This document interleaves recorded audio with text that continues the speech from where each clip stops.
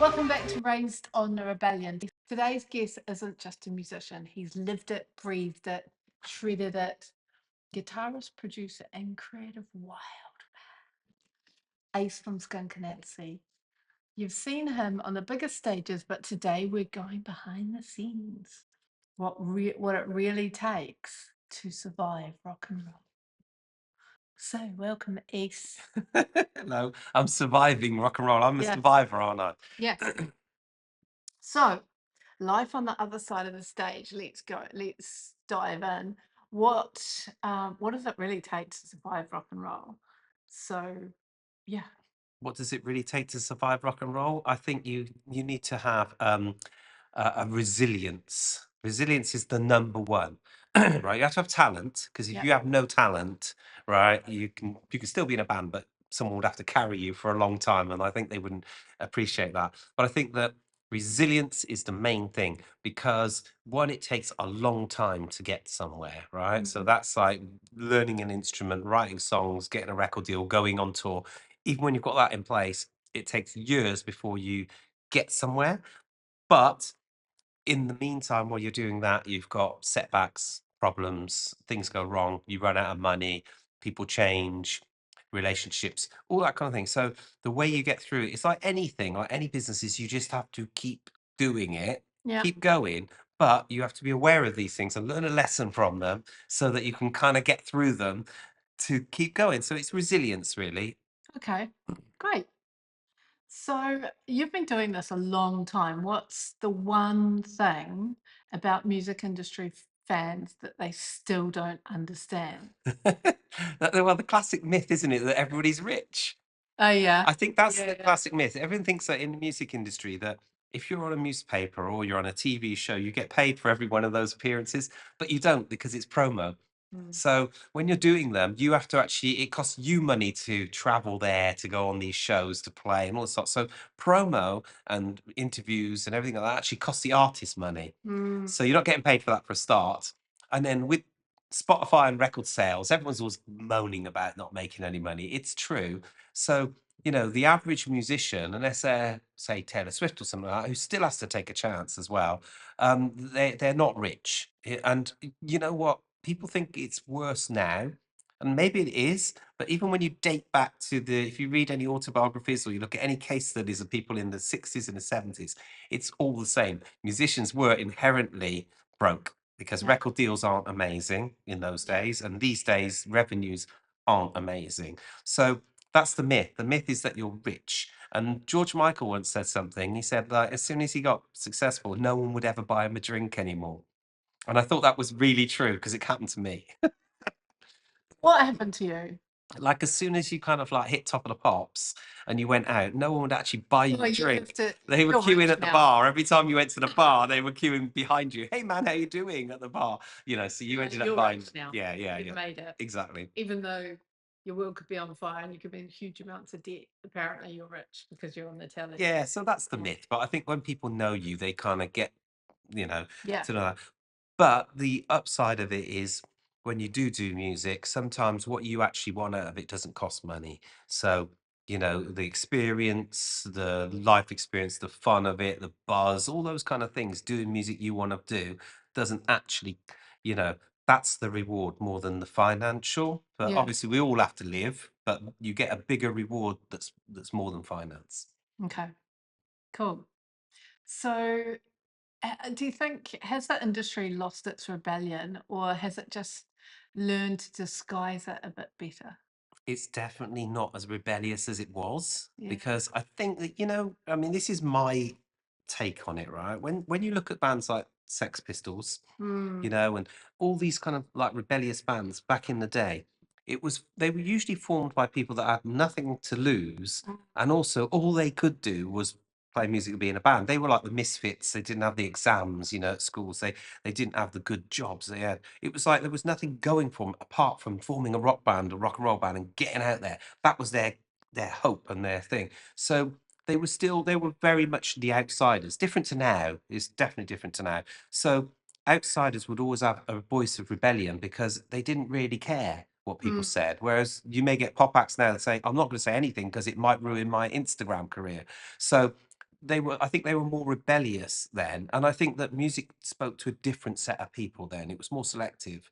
So, punk rock was a voice of a youth, that there was lots of people that felt the same and they kind of followed them for it. Whereas now it's very fragmented. So when someone says something, maybe their audience, half of them don't really get it, you know what I mean? Or Mm. they don't really, they don't follow that, they follow in a different way, I think. It's a different type of community. So maybe there's still rebellion in music, but you know, unfortunately, if you are really rebellious, you probably get pushed out of the mainstream now.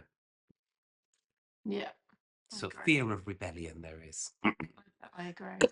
Okay. So, if being in a band was a job listing, what would the real description say, apart from must handle chaos and sleep deprivation? If it was a new job, it would say really long hours. Yeah. Right? Yeah, this is a listing to be Yeah, in a band, listing. Okay, right. like a real one. A real one. So Yeah. if you're starting the band and it was a job listing, it would be long hours, no health insurance, No money. yeah, yeah, yeah, yeah, yeah. And don't get paid, long hours, no health insurance, lots of disappointments, and dealing with problems and situations you don't want to every day, right? No one would sign up for that job, right? But if it was like a job listing that people wanted to take, it would be like, rock star lifestyle, glamour, travel the world, be famous, do what you want to do. No one can tell you what to do. That would be the nice job I offer. know, but that's not the reality, is Mm. it? That's not real. Okay, what's the biggest myth with being a rock musician that needs to die immediately? Gosh, I mean, being a rock musician has changed, doesn't it? Hmm. It's not the same as it used to be. So being a rock musician in like 1970 was like hedonistic lifestyle, wasn't it? Mm. Or, crazy and all these kind of things. And they did all these things which actually you couldn't do today. They're not right. So that would have to die, the sexist stuff, the misogyny, the Mm. abuse, all those kind of things that happened back in the day. I think that has to die, and it has kind of died. Yeah. And if you see it now in someone, it's actually a real turn off. It's not like, hey, they're a rebellious rock and roller. You're like, that is wrong. You Mm. can't do that. Yeah. So I think that would have to die. These days, if you were a rock musician, the myth that would have to die is the fact that you are um, a lazy stoner. Right, because you're not. You have to work so hard. You have to be really focused. You have to do your own artwork. You have to do your own promotion. You have to think of your campaign. You have to write your songs. You have to record it at home. So I think that's the reality. So the myth is that you're a lazy stoner who doesn't get up and just ambles around. That myth has to die. Yeah. It was that movie, wasn't it? I'm just trying to think. Was it the Bob Marley one? It shows him just lying around lots of Mm. the time. Okay. Give me one story from tour that sums up the madness of this life. The kind of story you couldn't tell your mum. Well, to be honest, I haven't got any stories I couldn't tell my mum because I've She never must be really. a very liberal mum. Yeah, she's just a normal, easygoing mum. But I mean, I think, and also what we've got to remember is our mums are like twice our age, and they've lived twice our lives, And even though they seem like all kind of like mumsy, they've been through more than us. So Yeah, I think, that's true. but you know what it is with Skunk Anansie?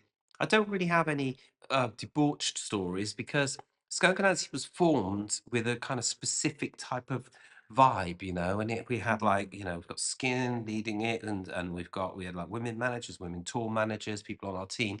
So we've never really been that kind of like smash the place up, get drunk, misogynistic kind Not of. a little bit. Yeah. No, no, not at all. No, you never destroyed a hotel room. Nope. No, not at all. Never done that. So, I have got drunk in the past, but nothing out crazy. If you would say, tell me a crazy story about Skunk Anansie, I think one of the craziest stories is the Okay. fact that we went and played for Nelson Mandela, right, on his 80th Mm. birthday. And Yeah, that that's was cool. out of this world crazy. That was like, is this really happening? So that's Yeah. the kind of story. If someone said, tell me a crazy story, it's like, I went to South Africa and played Nelson Mandela's 80th birthday party in a stadium, and he came on stage before we went on and addressed the nation, and we were flown over like on a special deal, and then we stayed there for a couple of weeks, and it was like that was like a dream. Did it really happen? So that's a crazy story, Yeah, but I yeah. did tell my mum that one.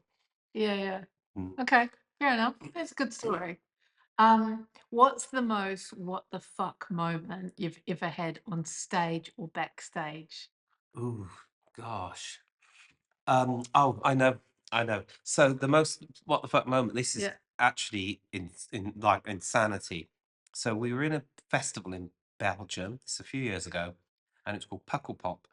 And we were playing, and it was like, daytime. It's a really bright, beautiful day. Like, and we were on the main stage, and I think Foo Fighters were supposed to be after us, I think.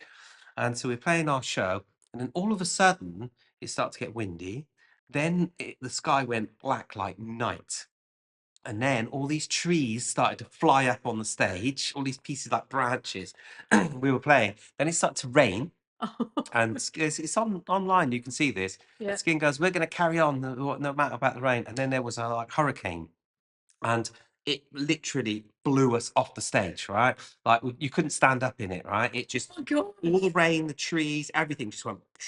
And the crowd were just like, "What do we do?" type Did of you thing. see it coming? Like it Yeah. was a proper little Well, tornado. it just was like, yeah, it was just this mad. It just went black. The sky was like nighttime, and it Wow. just went off. And it was so powerful that it actually blew us off the stage. I mean, I had to hang on to the bars to get off, and it poured like with rain. So these massive hailstones, like golf balls, came down. Like hit you. It felt like someone was literally shooting you with a pellet. Right. So it's crazy, and we all had to get off the stage. Right. And it totally stopped everything. But the tragedy was that was the show where it blew the tent down that collapsed on the people and it killed them. Oh.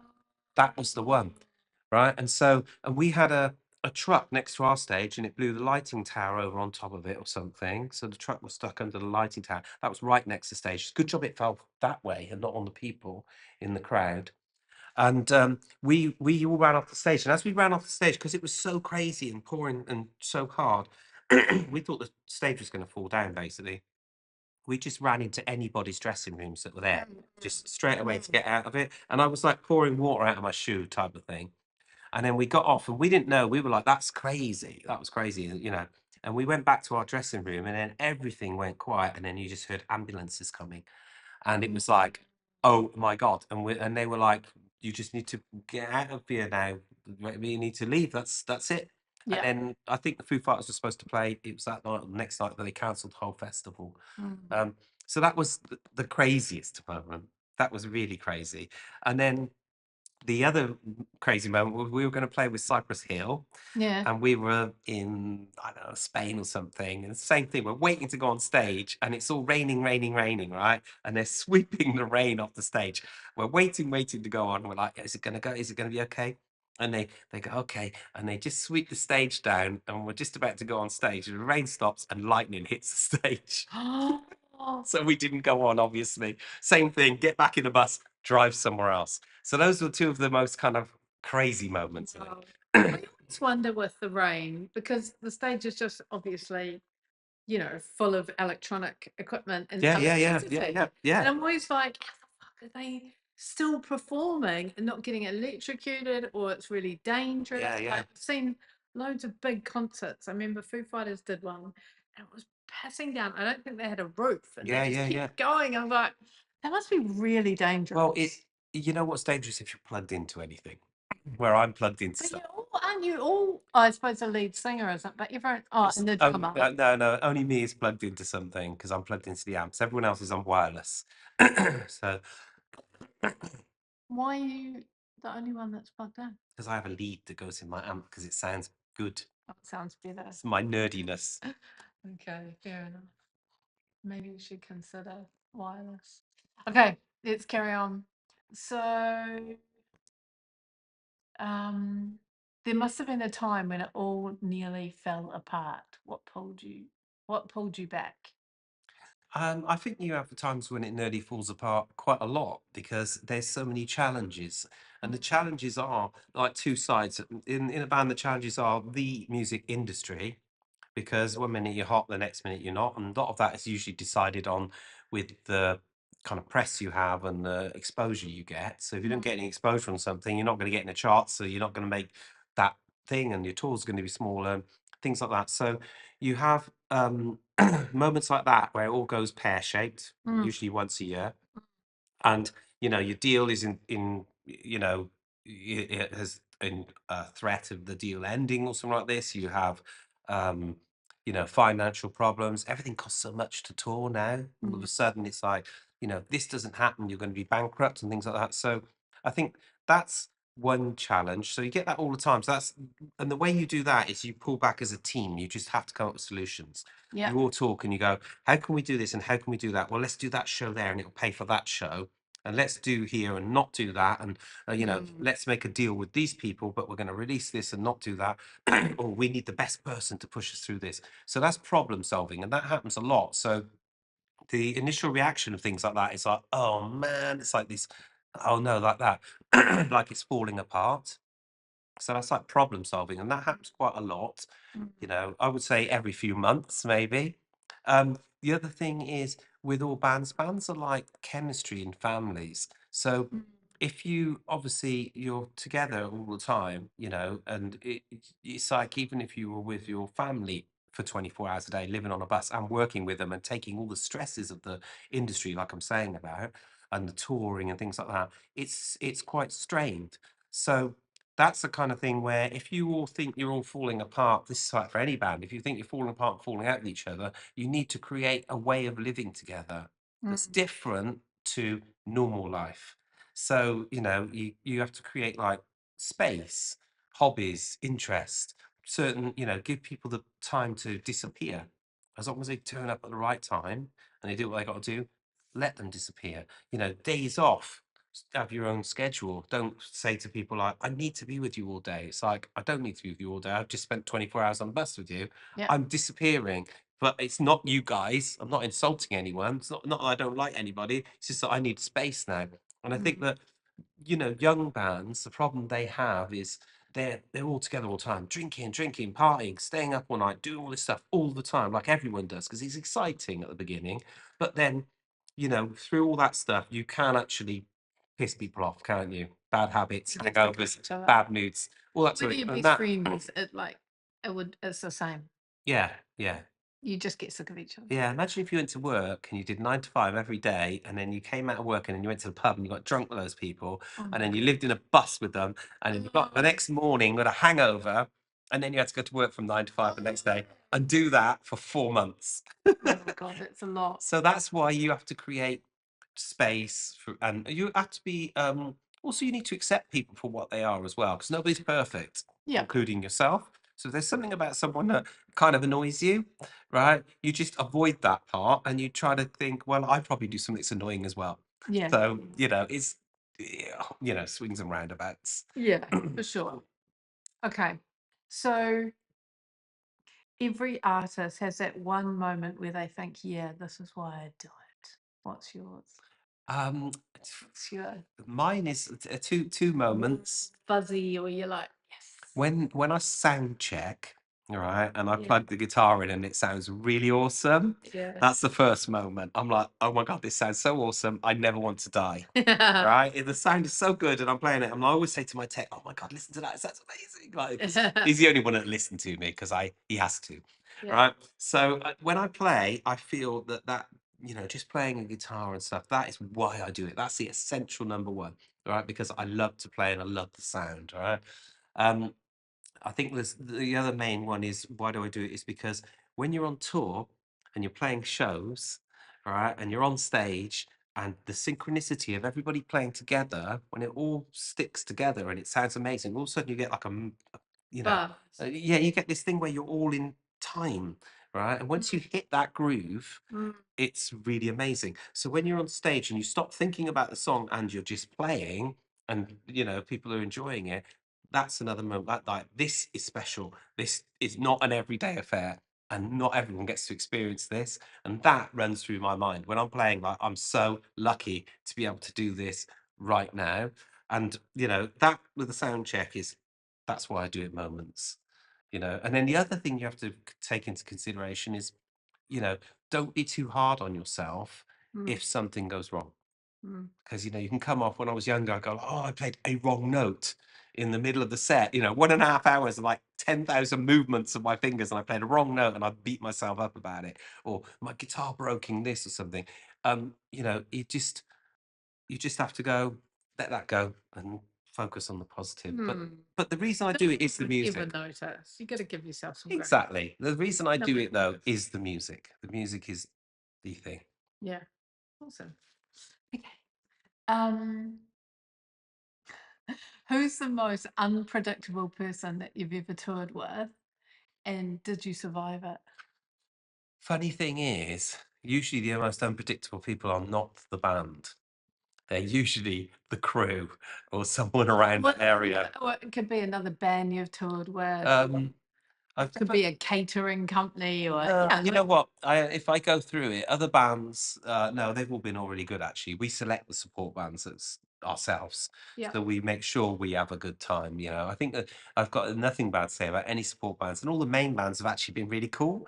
yeah, Um, I would say when you're younger and you first start, you do have a madder crew because they rule it a bit more because you're a bit green and you just want to play music and do your thing. So you let the crew kind of get up to a lot more than what they normally would.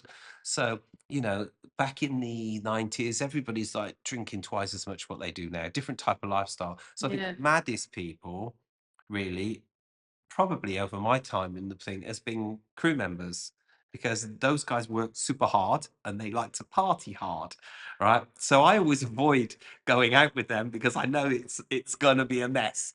yeah. So I'll do the dressing room, but I won't go out on the town, right? But you know, and we've had a couple of people maybe in the past that have just been kind of unpredictable, but those people don't last in the crew because Mm, not only do we not want them, right? The crew, other crew don't want any rotten eggs, whatever, spoiling the yeah. vibes. So they don't last long, excessive people, Hmm, you know. that's good. Okay. What drives you creatively now versus when you started? What drives me creatively now? I think what drives me creatively now is purely music. I think when I first started, it was lifestyle of music because I was 24, you know, and it was all about going to the pub, meeting people, going to concerts, you know, just that kind of Sex, lifestyle. drugs, and rock and roll. Yeah, so obviously couldn't afford It's just any. how it is, eh? Yeah, couldn't afford any of that I stuff. wanted the drugs and the girls. So I think that that kind of lifestyle, like kind of creatively, you know, I was taking things from kind of like the surroundings and everything that was going on around me was new, right? Yeah. And I was taking all that and it was kind of coming out of me in a form of like a riff, right? Whereas now, I obviously I'm older and I'm hopefully a bit more well behaved, and I think now where I get my creative stuff from now is inspiration of other musicians and Mm. bands and music. I don't really walk, honestly, I don't walk down the street and I go, that inspires me to write a song, right? I don't do that. Like art and like I know you love skateboarding. Yeah, yeah. You know, like like all of that stuff. Yeah, you know, You know, like I do love street art and but you know what? What I love about skateboarding though is I love the fashion, but I also love the music around it, and yeah, that's what gives me the inspiration. yeah, Like yeah. watching Dogtown and Z Boys, Oh and yeah, it's got all that great music and they're yeah, skateboarding. That gives me inspiration. That makes me yeah, want to play and write. But I yeah, don't write lyrics. So I yeah, write music. So I'm inspired by music. When I'm listening to stuff all the time, we're always talking about music and yeah, other albums. So that's what inspires me now. I'll go, I heard a great record. I was listening to Biffy Clyro the last couple of days. I'm like, what a great record. That makes me want to go and play new stuff on the guitar. mm, Right. mm, Whereas if I was, you know, in the street and watching people and all sort, that probably wouldn't want me. That would make me more want to take photographs mm. or draw. Oh So, yeah, you know, okay, life gives me yeah, inspiration creatively that way. Musically, it comes from other artists, bands, and musicians. okay, good. I'm very unrock and roll.